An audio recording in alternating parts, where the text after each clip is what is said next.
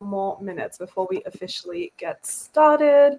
But, in the meantime, grab your beverage, donuts if you have them, fully get into the theme and the vibe of tonight's session.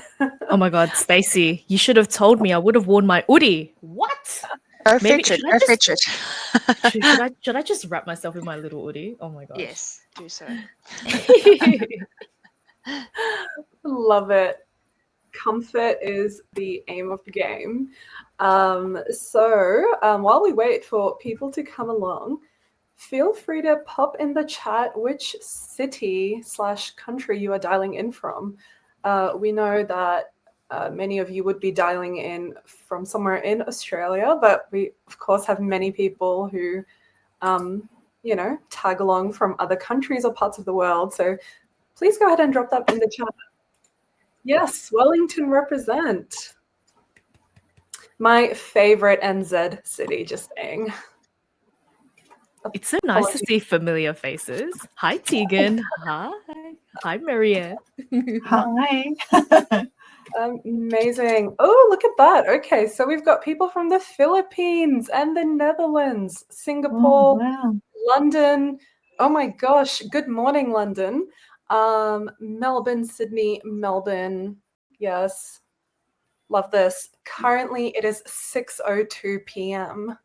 in Sydney, Australian Eastern Standard Time.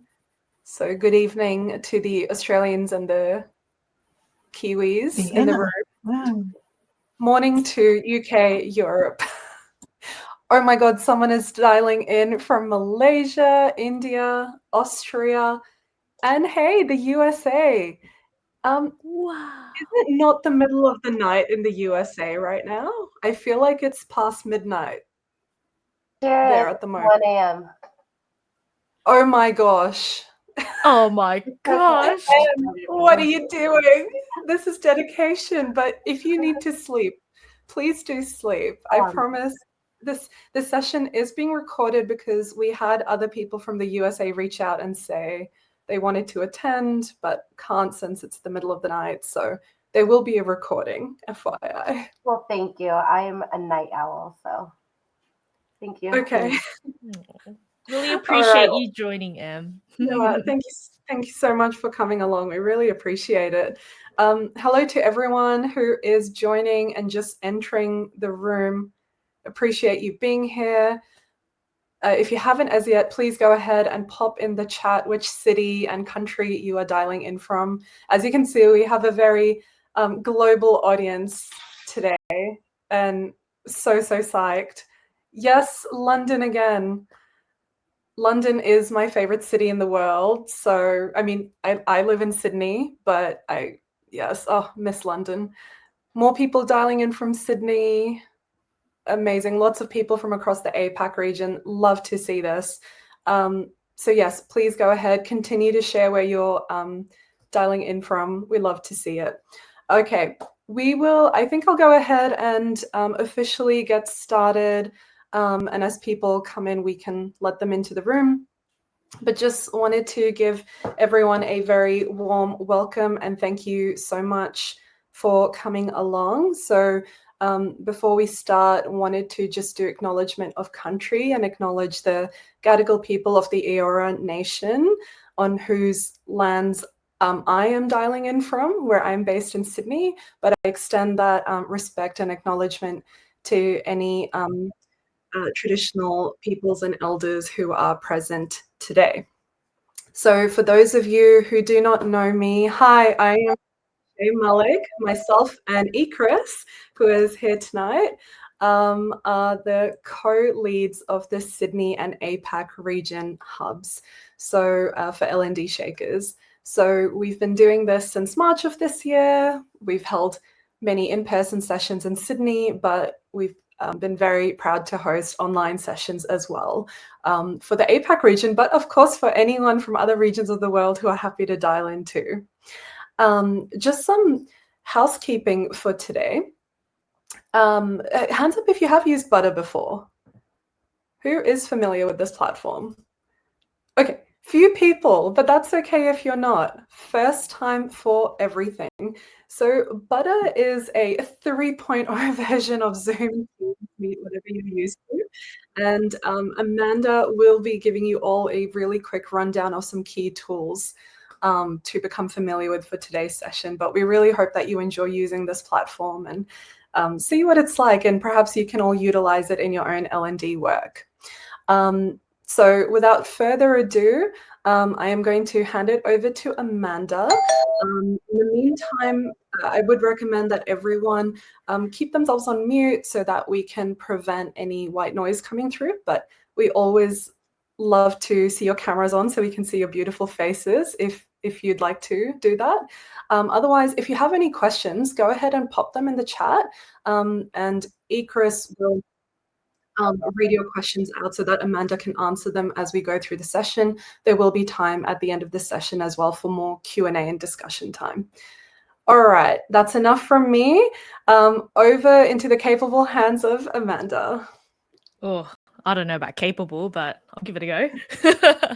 So firstly, I just want to say thank you to everyone for showing up today. Like, I know you're taking time out of your busy day to learn something, so I do hope you walk away with something really delightful. But so let's start with just getting to know Butter a bit more before I dive into why you're here today, and also a bit more about me. But for now, I'm just a random girl taking you through the introduction to Butter. So Butter is such a fun tool. Think of it as Zoom on steroids. And I really want you to have fun with it. And for people who are not sure about Butter, and if I'm talking through, help each other out in the chats as well. But first, I want you to have fun on your keyboard, type in some numbers, throw some reactions out, have a play, have a feel. Yes, you can do the thumbs down as well. That's perfectly fine. I would not get upset. But yeah, so you can say it with emojis. Feel free to react throughout the deck. If I'm talking too much, you can send me some emojis. That's perfectly fine. And then if you have something to add, you have a question, feel free to drop it in the chats. I'll have the chats open so I can see that. If not, you can as well. Yes, thanks, Alex. Q for a question, Q for a comment, or Q for an idea. And yeah, say hello in the chats, connect.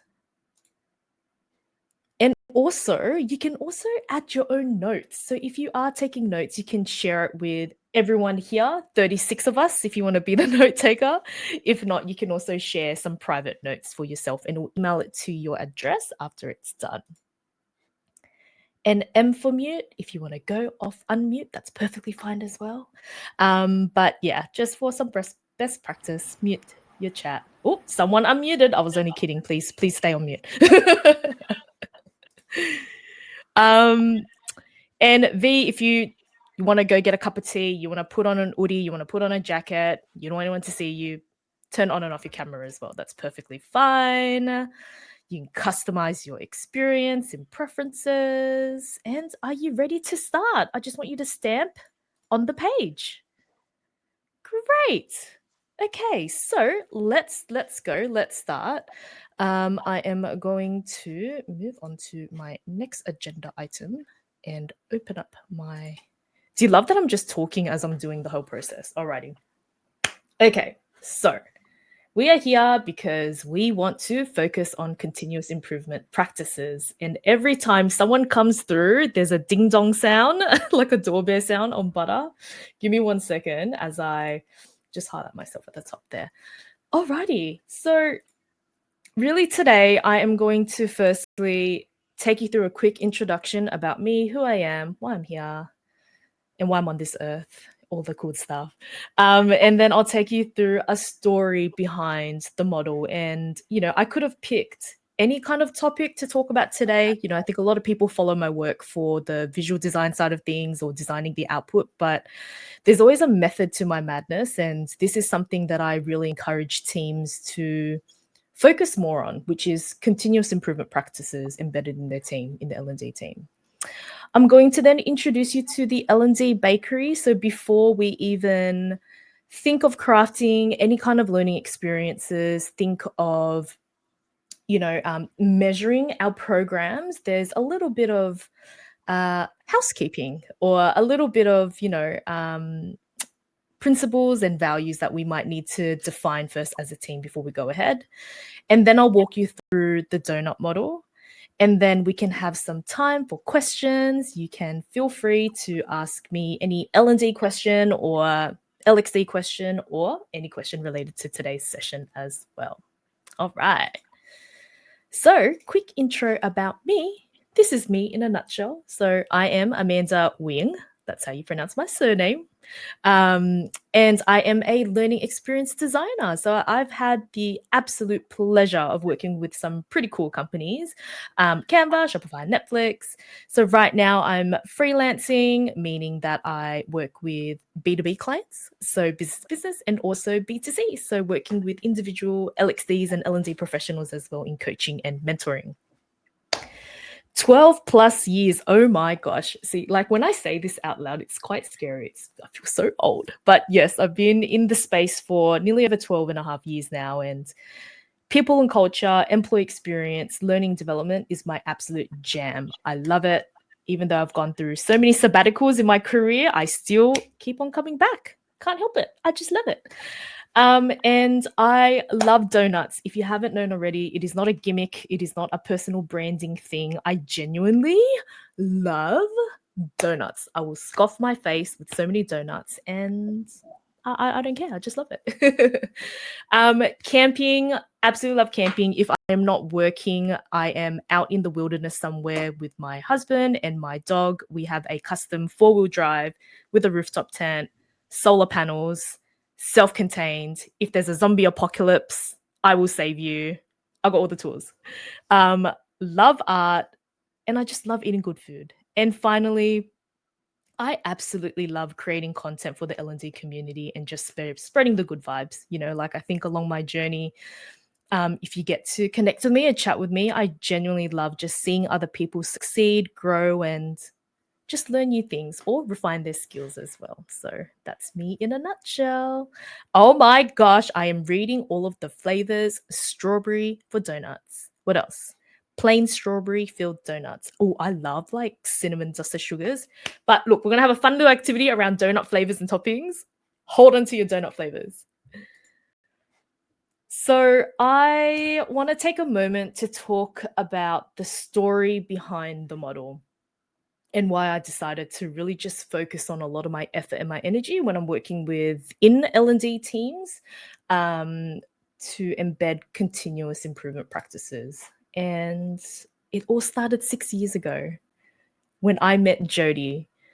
I love meeting people along the way in my career that really helped me see a new perspective and really helped me see how I can just do better in my role and really do my best work. And for me, Jody, who is an absolute goddess in agile practices, ways of working, retrospectives, her background is in product management. So if you want to stalk her, feel free. Her name's Jody Weir, and she currently works for Atlassian. So she knows a thing or two about retrospectives, and she's a dear friend of mine. And when we worked together 6 years ago at the Iconic, I didn't know much about retrospectives. I didn't know much about agile ways of working or practices. I knew a bit of it, but I didn't really understand the concept in how that would change the organizational effectiveness. And I didn't really understand how it would impact the L&D team. But what Jody and I did was we started to build a cult within the organization because I was so in love with retrospectives, the way that it was mapped out, the way how we can have fun with retrospectives and focusing on our energy in continually improving our product as an organization, improving our ways of working and how we connect as a team and collaborate. And it just blew my mind. And so Jody and I went on a rampage for a year and a half in just embedding these practices in every single team, not just in product, marketing, sales teams, but within the L&D team as well. But it was a bit different with L&D teams. Let me just go back to my slide. Hold that thought. We geeked out so hard about retrospectives. I built a cult. I meant embed. Yep. We didn't really build a cult. We were just embedding practices. But besides the cult side of things, beside the retrospectives, typical retrospectives are what do we stop, start, and continue. I found from a learning development perspective, we were missing probably a couple of key components to help it make L&D teams think more relevantly to how they refine their own programs. So this is where it got me thinking quite a bit. I don't know why I just put in the word cult in here a lot of times. I promise I'm not building a cult. But I learned that the simple retrospective of stop, start, and continue is, yes, of course, missing a few things. And, context is key. Every single L&D team, every one of you here today as L&D professionals are working with different things in the organization. So how do we make it so more relevant than to embed into our workplace? So there's a reason why I'm sharing you this story. And the only thing that I want you to take away today is by focusing on continuous improvement practices, I want you to work better with your team. Every single person in your team, no matter how small your L&D team is, no matter how big your L&D team is, we all come with different perspectives, come with different, ideas and thinking and just ways of working. So embrace that and find space to create a safe space for us to grow and thrive together, and also to learn how you can multiply your impact as an L&D team, not just from a team perspective, but from an individual perspective as well. So yeah, that's my little rant for the day. And as we move through, thinking back of all of the current experiences that you're creating, crafting right now, are your learning experiences creating impact? How are you measuring that? Have you done a lot of, evidence gathering, data insights gathering, and to what degree as well? There's different levels in ways that we measure our impact and to connect to the organization goals and stuff like that. So really, it's looking at learning outcomes and statements that are targeted to your intended audience. And you have many intended audiences in your organization. It's not just all defined by one set of learners. There could be multiple learners. And understanding how how they are able to demonstrate whatever it is that we're trying to measure after the completion of that learning experience and process. So, deep things to think about. So now I want to introduce to you the L&D bakery. A lot of analogies. Now, I really want you to imagine that your L&D team is a bakery. And all of your programs, your experiences that you currently have in your team, they're like donuts, cakes, bread, sourdough, whatever it is, cupcakes, but they are all delicious learning experiences crafted with care. I can only imagine how much effort and energy and time that you as L&D professionals invest to create a journey for your learners. It's not just the output. I know there is so much thinking and planning and strategy that goes behind what you create intentionally. So then it's also important to take a moment to reflect and focus on how you can improve it as well and make it even better than what it already is, to see the impact. But before your bakery can offer any of these creations to your learners, your customers, you need to ensure that you have the right ingredients and processes in place. And what I mean by this is, one, of course, knowing your customer, knowing your learner, your audience, what are their goals, what are their needs, what are their expectations, what are their, what drives them, what drains them in their day-to-day, what do they get access to? Understanding your audience is the first step to creating any relevant, impactful learning experiences. But not only this, it's also understanding the context that they are in. And you'll hear me talk a lot about context today because I think it's so important that as L&D professionals, we really need to assess, not of course our learners' needs, goals, their growth goals, how they, create impact in the organization, but wear the business and commercial acumen lens as well and be strategically clever in how you tie in organizational goals to the needs, how you tie in the strategic direction of not just various teams' goals, but into the learning as well. So there's a lot of learning strategy inside that you'll need to look and focus into before you craft that experience and how it all ties in together. So context is so important. And, there's no one best model to solve all the problems. It's about how you can take the inspiration that you need to and contextualize it to crafting your own learning experiences. And the second part is, what does your L&D bakery stand for? When we think of a learning team, we think of the L&D team that we're in. What drives your learning experience design approach? What are the core values? Is it creativity that you value in your team? Is it accessibility, collaboration, innovation, simplicity, diversity? Drop it in the chats. I would love to hear, what are the values right now in your team that exist? And what else would you like to see in your team's value in learning? These values should be the foundation of how you craft your learning experience in your design. No one's dropping it in the chats. Oh, I see people typing. Please do share, because every single organization values different things. I've worked with teams that value innovation, and they actually carve time to focus on efforts and energy around innovation. Or some teams that I've worked with really value just simplicity, making complex things simple. When I was at Canva, that was one of our core value and also key principles. I'll show you the difference between that afterwards. But Stacey, connection, collaboration, people at the center. Yes, being learner-centric, people-centric, not just learner. Deidre, I'm so sorry if I mispronounce your name, your beautiful name, but purpose and connection. Again, connection is coming up quite a bit. Marianne, innovation with finite resources. Yes, like how do we as a team work within parameters? Tanya, context relevance, the content and activities, scenarios, decision. Yes, mirroring real life context.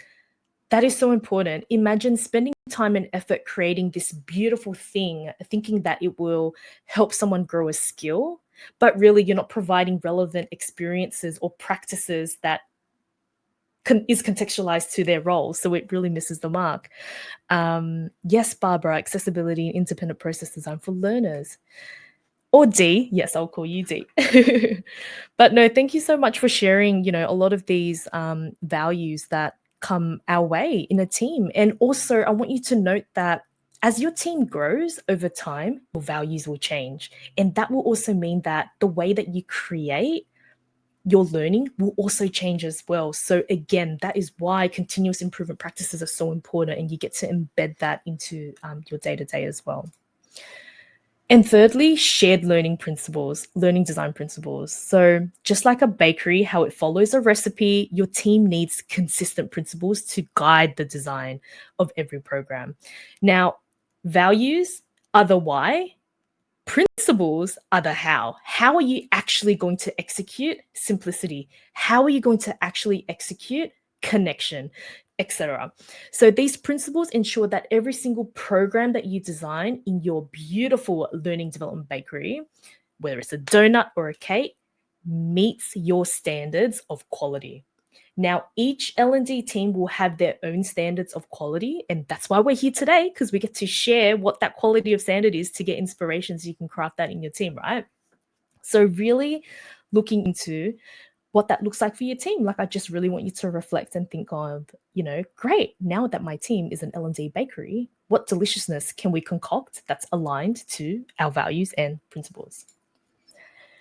And finally, you get to refine your recipes. It's not just, here you go, here's the way of doing things, and we're just going to leave it at that. I really encourage you and your team to continually focus on the improvement efforts, experimenting, refining. So refining your recipes mean regularly evaluating, tweaking your learning programs to better meet the needs of your learners and the organization. So not just your learners' needs, of course, but also how does your program align to all of the strategic changes that may happen randomly?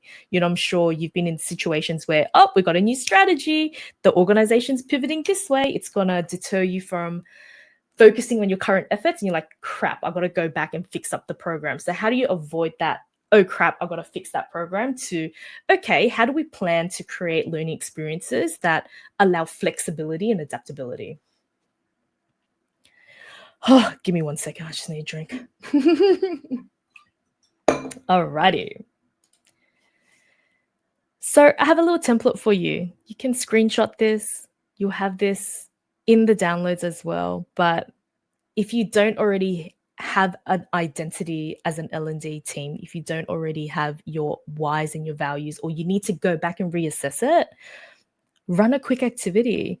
Weave it into your daily stand-ups or team meetings and just really hear your team in how you want to steer the direction of what you create and how you get to define what your organization learns, and also you get to define how they learn and the creativity behind that, and embedding those values from your teams to the learners as well. Like there's so many opportunities that you get to see the direction for, and to, you know, be a world-class learning team if that's what you wish and desire. Or if it's to be able to create the core essentials of learning to equip your organization, then hell yeah, then make it as, you know, making complex things simple. And that is your baseline. So being able to be clear will help you define the way that you create your learning experiences. Now, here's a hot donut recap. Values, principles, foundation, recipes. And, you know, it guides your why and your how. And truly, I just wanted to set the scene of the bakery. So now we can jump into assessing these learning experiences. But before we go ahead, I know some people have already shared what their favorite donut is, but I also want to capture this for those who, you know, can't make the session today. I want you to just drop down all of your delicious donut flavors. Coconut, amazing. What else? Biscoff. Oh my gosh. I can sit and eat a whole jar of Biscoff. And Shay, I know Shay can eat a whole jar of Nutella. Crumble, brulee. Ooh, yum. Apples, strawberry. Ooh, strawberries are a hot one. Everyone loves strawberries. Glaze. Oh, don't even get me started on oh, what's that donut chain? Krispy Kreme donuts, original glaze. Whoa. Yum.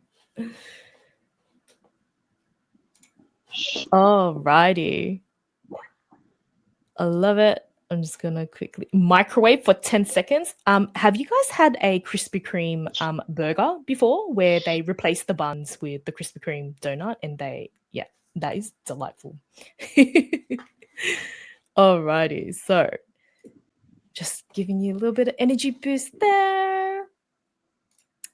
Now I am going to move into the donut model. And just to preface, this donut model is just a concoction of retrospective activities that I've experienced in the past. And it is a great way for us to just cherry pick, move things around. You don't have to be guided by it totally, but you can definitely, based on the values and the key principles that you design in your team, switch it around as well. So instead of the broad stop, start, and continue, try a more focused approach in targeting specific components of your program.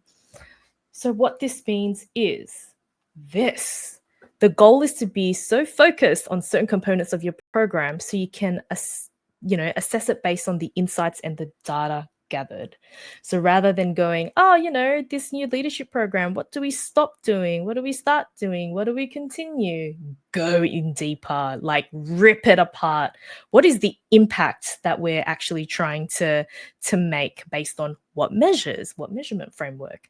Go in really, really deep. And this activity, it can take 2 to 3 hours. However, you can just pick one and do it in a team meeting for 15 minutes. It truly is dependent on where you're at in your L&D team, where the program is at, and you can do pulse checks in between your program as well. So it's not just really focusing on the end of program evaluation or effectiveness measurement, but you can do it in between as well.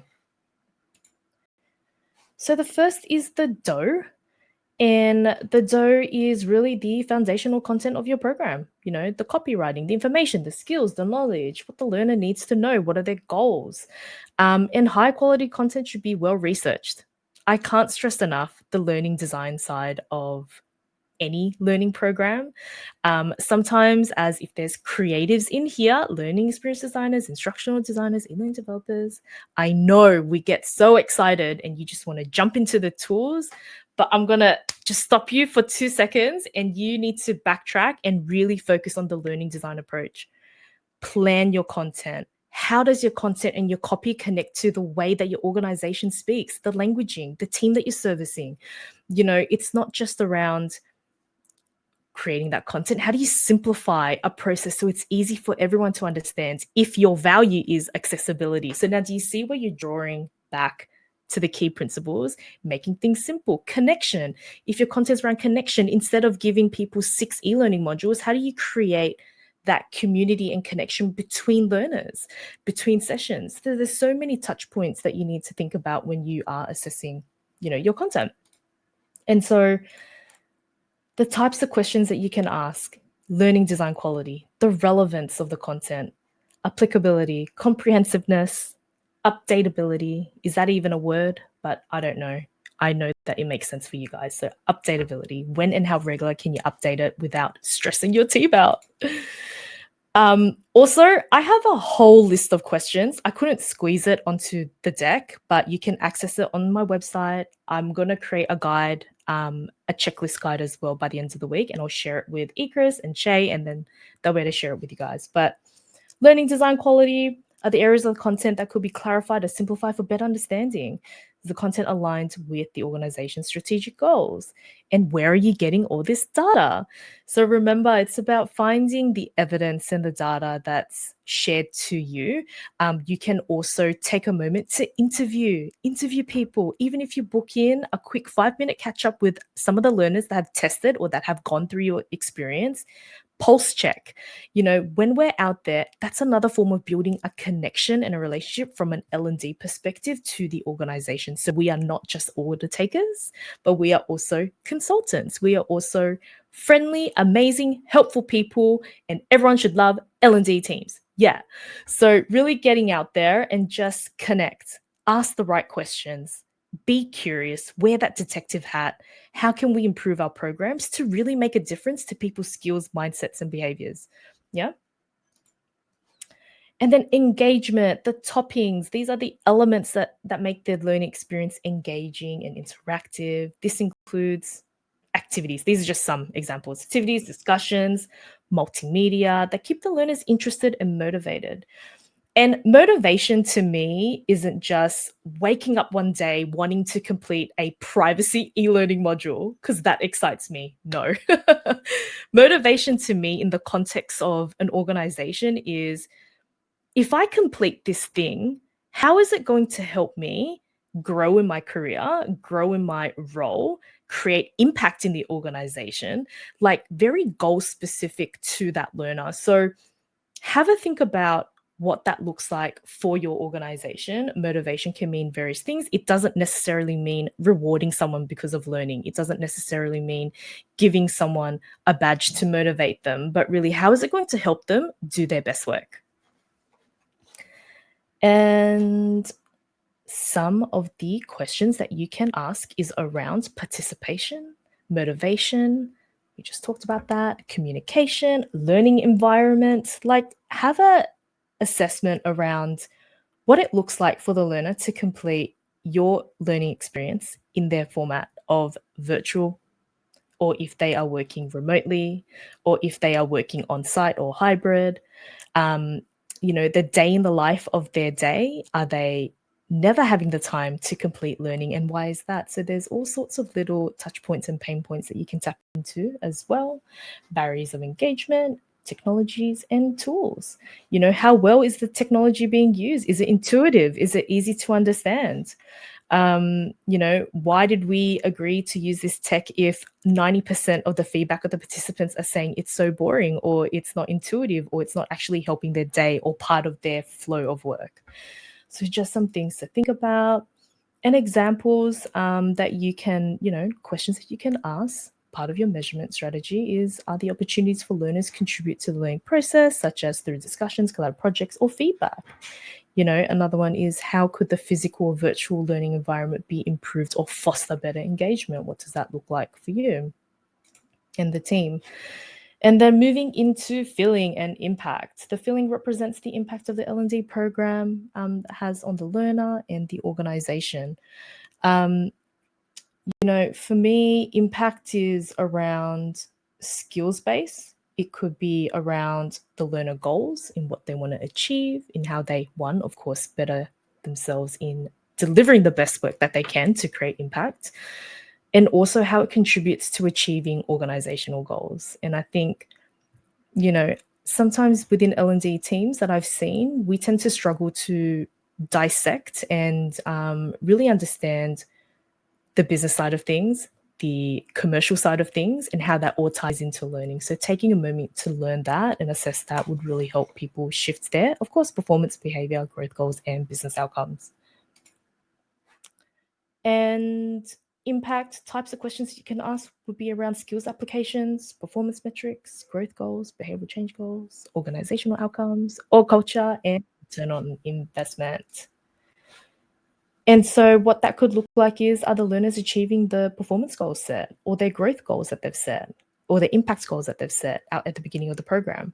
How does the program contribute to the key business outcomes, such as increased productivity, improved quality, or higher sales, or NPS scores? Is there a way for a learner to apply new skills in their day-to-day work, and how, and what does that look like? So then we move into innovation. So this is just a flexible component. Innovation sometimes is not a priority for some L&D teams, and that's okay. It's just due to the pace of the learners within the organization. If they're just at a state of, we just want the brilliant basics, so give us all the basics to help us level up where we need to, and then we can move into the innovation space. So it comes down to you as an L&D team to really define, is that what you value? And then how are you going to action that? And so if, however, you are an L&D professional and you just really, really, really want to innovate, do something creative, test and experiment, you can do baby steps. So baby steps is really around assessing the current programs that you have, how you can find something in that program to tweak, or how you can find something in that program to experiment with.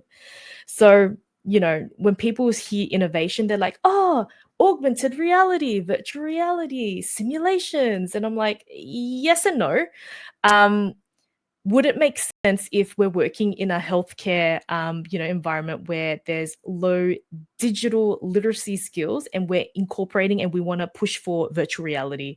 It makes absolute no sense to the learners. So, however, a practical guide or an explainer video is worthwhile. Oh, Alex, yes, has a comment.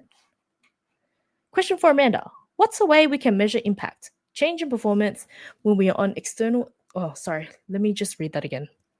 What's the change performance when we are an external provider and delivering clients? We collect feedback at the end of the...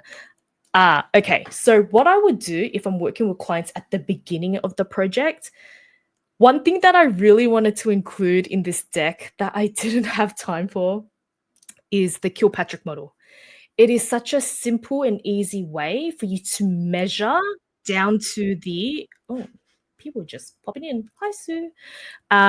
Granular levels of reaction. So there's 4 levels on the Kilpatrick model. Start from the basics. How can you help your client or your stakeholder measure the knowledge and the awareness of the program? Find a couple of questions, create some metrics. Level 2, how can you see the application of skills? What skills are we targeting and how can we see a difference? What are ways for you to collect that data?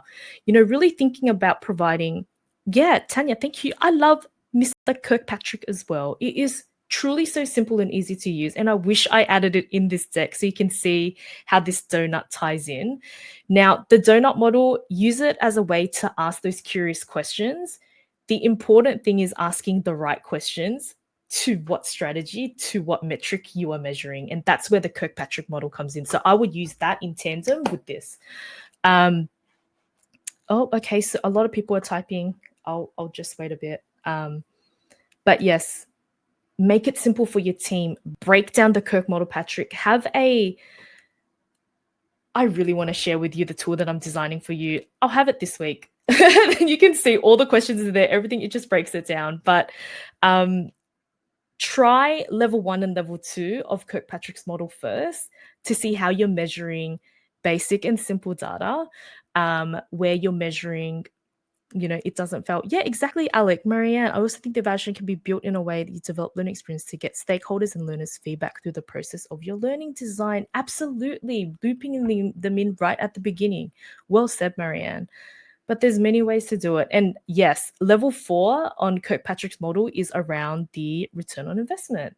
And it's how you can see a shift in the organizational goals with the impact that you've created from your learning. And that is, of course, always the hardest thing to measure. But if you set up the right questions, the right tools, talking to the people leaders within your organization, getting them to work and partner with you to see how the change in behavior or performance within their team is working. So that could help you also gather the right evidence and insight to make better informed decisions in your learning programs. Fenna, you can also do a knowledge skill gap analysis or zero measurement. What is the current status before the learning intervention? Yes, simple as before and after. So there are many ways to do it. I encourage everyone here to go tap into the Kirkpatrick model and then use it in conjunction with this. So asking the right questions and assessing the right components of your program. Oh, I just love the L&D community. Thank you for jumping in and sharing your thoughts. It's the absolute best. And it's so nice to see how people from various organizations use different things. Yeah. Again, some questions you can ask about. If you are really truly valuing innovation and you want to work there, look at how you can better the learner-centric approach, the learner experience. Look at ways of adopting new tech. How can you create a space to explore new ideas within your team and also with the stakeholders? How do you challenge the status quo and encourage experimentation? And some of the questions you can ask: what aspects of the current learning program could benefit from a complete rethink? What would that look like for you and your team? Another question is, are the innovation practices from other industries that you can adopt in your L&D efforts? Like for me personally, I love drawing inspiration from the design industry and the marketing industry. The way that they really tap into understanding the user and the journeys and the way that they create personas and understanding that there's no one set stone learner persona. Each program, and this is where I get, really crazy with my learning design approach, is I create learner personas when I work with stakeholders and clients specific to that program and projects, because everyone is different. It's not just, oh, we have 4 learner personas in one organization. You can have hundreds. It truly depends on the impact that you're trying to create within that program in itself. And then finally, delivering the delivery and the packaging. This also refers to the experiences, the journey and the experience, not just the output and the final output. It is actually all of the touch points of your journey, right from the beginning, where you engage with your stakeholders, where you start engaging with your learners, and how you provide the comms, the marketing, the support ecosystem that they have when they embark on that journey of learning in that program as well. It's not just where the output sits, it's truly end-to-end. And then effective delivery ensures that the learner is easily, of course, accessible. Learning is very, very important, not just in the way that they navigate and the way they access it, but also accessibility in design. And some questions that you can ask around packaging and delivery: user experience, very important. If I were to spotlight something, it will be that. Accessibility, multimodal delivery and how you deliver it, consistency, supporting, resourcing, and feedback. Is there spaces for people to provide you feedback, and when and on what cadence? And then some of the questions that you can ask is, how intuitive and user-friendly are the platforms and tools that you're using within the program? Does the program offer multiple modes of delivery to accommodate different preferences and situations or environments, in-person, online, in sync or async? And so this is the model in a nutshell. All the components are interchangeable dependent on your team's values and principles in why you value certain things within learning programs and how you want to deliver it best aligned to your principles. And you can cherry pick and choose what you like. But that's it. I'm so sorry if it was a rushed session, but that's it in a nutshell. I hope that inspired you. Have some questions for me. I'm happy to answer them. Go for it. While I take some water because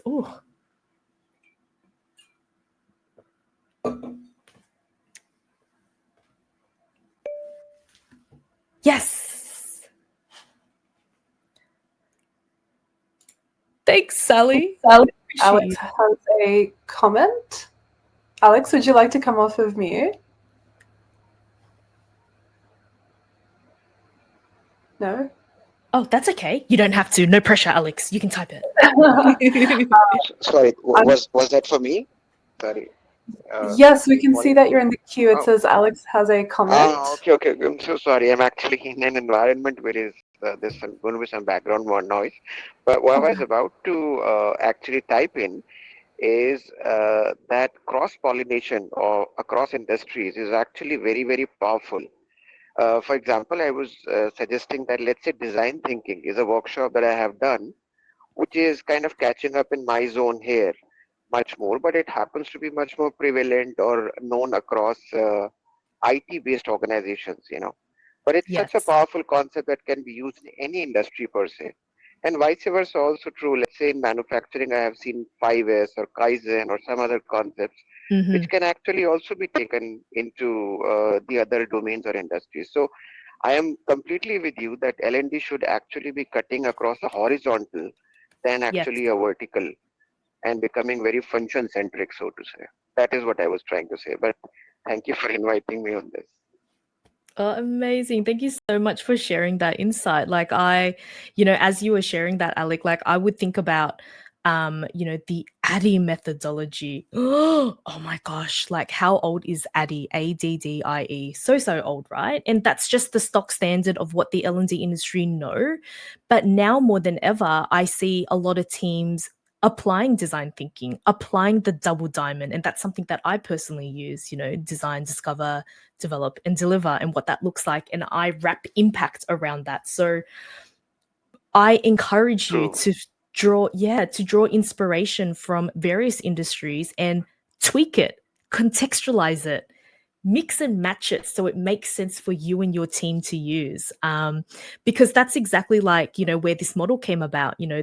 Common retrospectives were made for product teams, development teams to figure out where they can tweak and elevate their sprints in their product design process.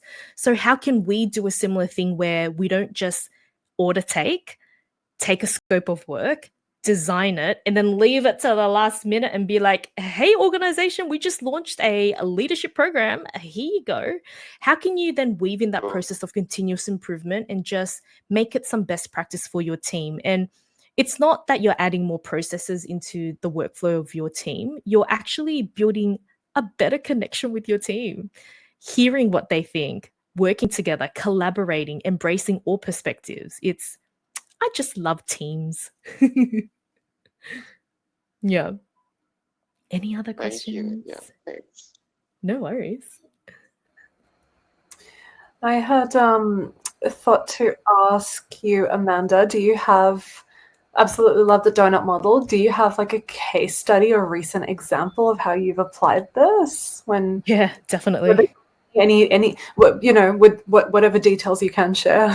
Of course, I'll share a recent one at Canva because I think this will be quite relevant to a lot of people. We were working on an onboarding program, and bloody hell, this onboarding program has been ongoing for 2.5 years because we would launch something, gather the feedback, refine, launch something, gather feedback, and then refine. And then we'll go a period of time where we don't gather feedback. And because we're so focused on hiring new people, doing the same process, onboarding, and then we found that there were so many gaps in feedback from employees that, we're missing new processes, new this, new that. And it was quite overwhelming for my team, and so we had to rejig the way that we worked as an L&D team. And that's where this model came about. And that's why there's a focus on impact and innovation, this is a model that I use at Canva and also now for teams that I work with. And because the teams that I work with now, they value innovation, and that's why I put it in there. So it's not just around fixing the things that aren't working in your programs. It's also around creating that space and time for you and your team to jam together, to brainstorm, to find better ways of working with things, or to find ways how you can get closer to that impact. It's just so important because you can't do it alone. There's a reason why there are iterative processes and practices within projects in itself. And it's just to really move forward, move the needle, go closer to impact. How is what you're working on really tying into the organizational goals and the strategic direction? We really need to make sure that we're aligning our efforts in that direction as well. But yeah, I hope that answers your question. Onboarding, it's a big pickle. I'm just reading the comments regarding the filling phase. How do you measure the change in, let's say, performance, behavior, business, and outcome? Yeah, definitely, Nazanin. So let's focus on performance and let's break it down further into specific skills. Skills are probably the most easiest to measure if you have intended learning outcomes or objectives to see an action or a task.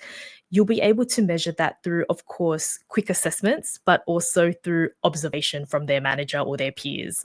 I can't stress enough how easy it is to get that kind of data. I think a lot of L&D teams miss the opportunity to connect with people leaders because the people leaders see their teams every single day. So how can we gather the right insights and evidence through their people leads as well? And that's what we used to do when I was at Canva. And also when I work with other teams for my clients, we would really connect and partner with the people leaders in the organization because they are the eyes.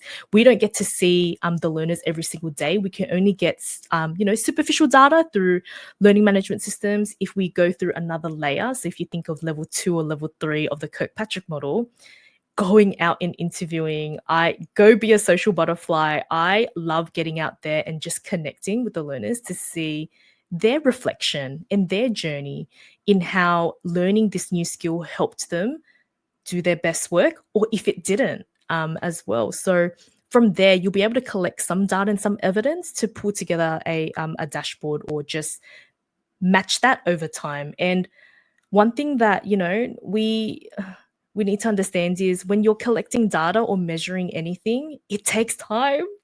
It takes over comfortably a year or two to see the patterns and the trends of what you're trying to achieve. Yeah. Great question. Oh, there's so many questions. I don't know where to start. Okay. I'll start with Tanya.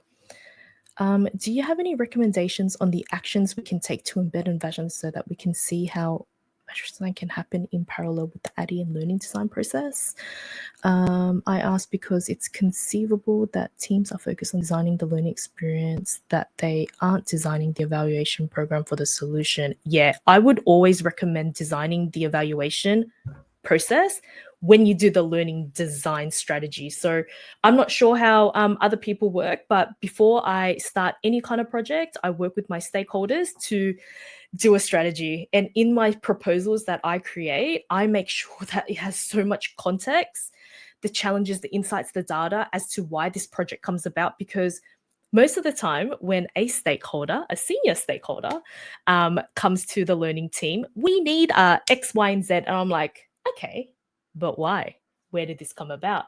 Ask those questions. Ask those curious questions, because 9 times out of 10, it's not that product that they need something else. And so it comes down to, the learning team to really gather all of the context that they need to craft a strategy before you even go into solution mode.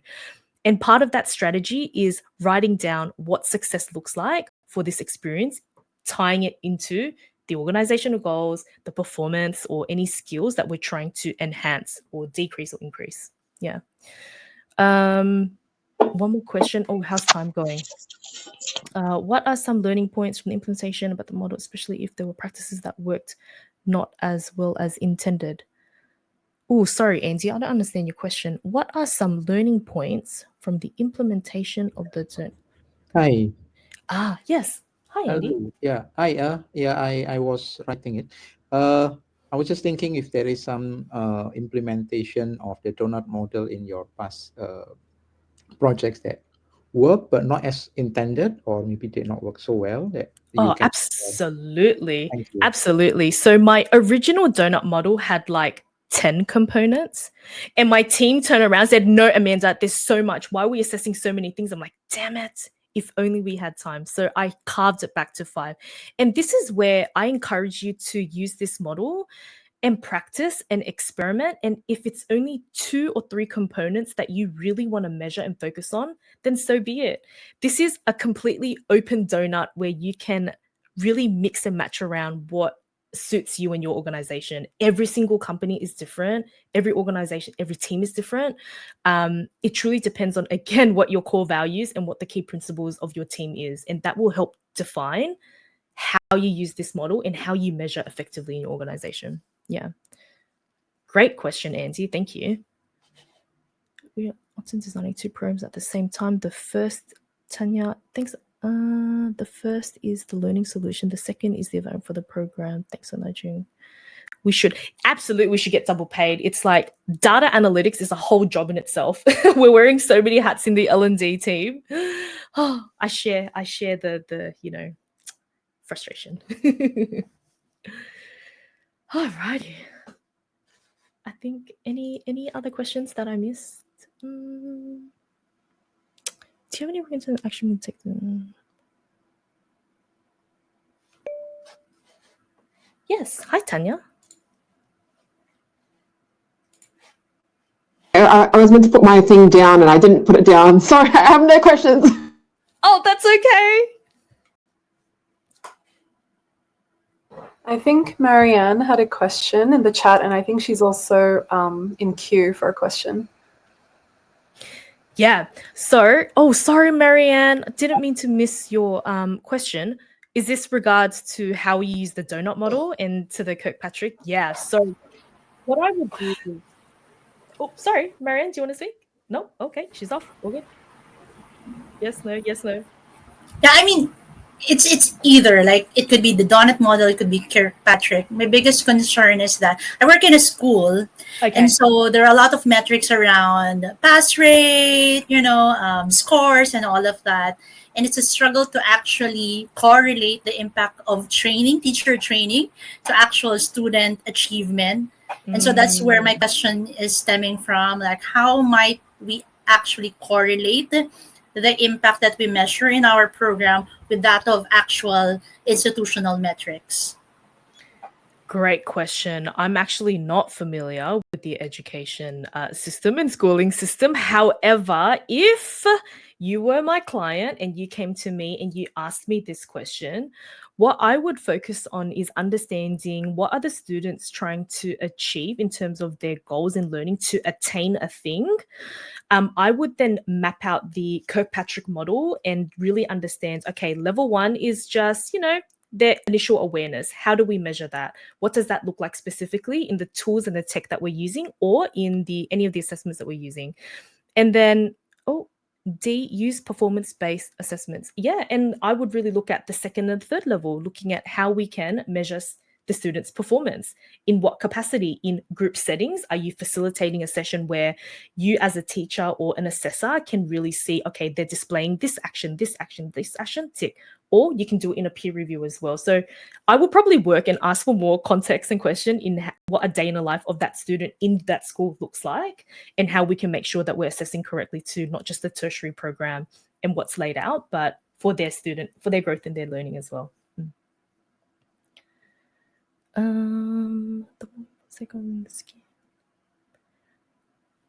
Cool. Okay. We're pretty much at time.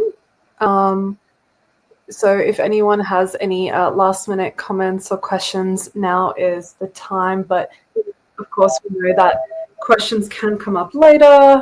We always think of, things after some reflecting that we might have liked to ask.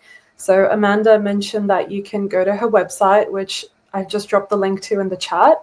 Go check out her work, check out free downloads that you can grab. You can also connect with Amanda or any of us on LinkedIn. And for those of you who aren't part of the L&D Shakers community as yet, I've also dropped the link to our LinkedIn group chat right there. So please go ahead and join. We have events like these all the time that we run throughout the year. But yeah, no, thank you so much. Big round of applause to Amanda for taking the time to organize this, to put this together, and for taking time out of her busy schedule to share the donut. Well, I've taken so many amazing pointers myself, and I hope all of you did too. So thank you, Amanda. Thank you, everyone. I appreciate your time and showing up today. I really appreciate it. Thank you. Thank you. Stalk me on LinkedIn. Yeah. Okay. That was my only plug. Alrighty. Well, enjoy your night. Yes, enjoy your days, mornings, afternoons, evenings, wherever you are in the world. And yes, this recording will be sent out later for everyone, but we'll wrap it off there. Thanks, everyone. Take care.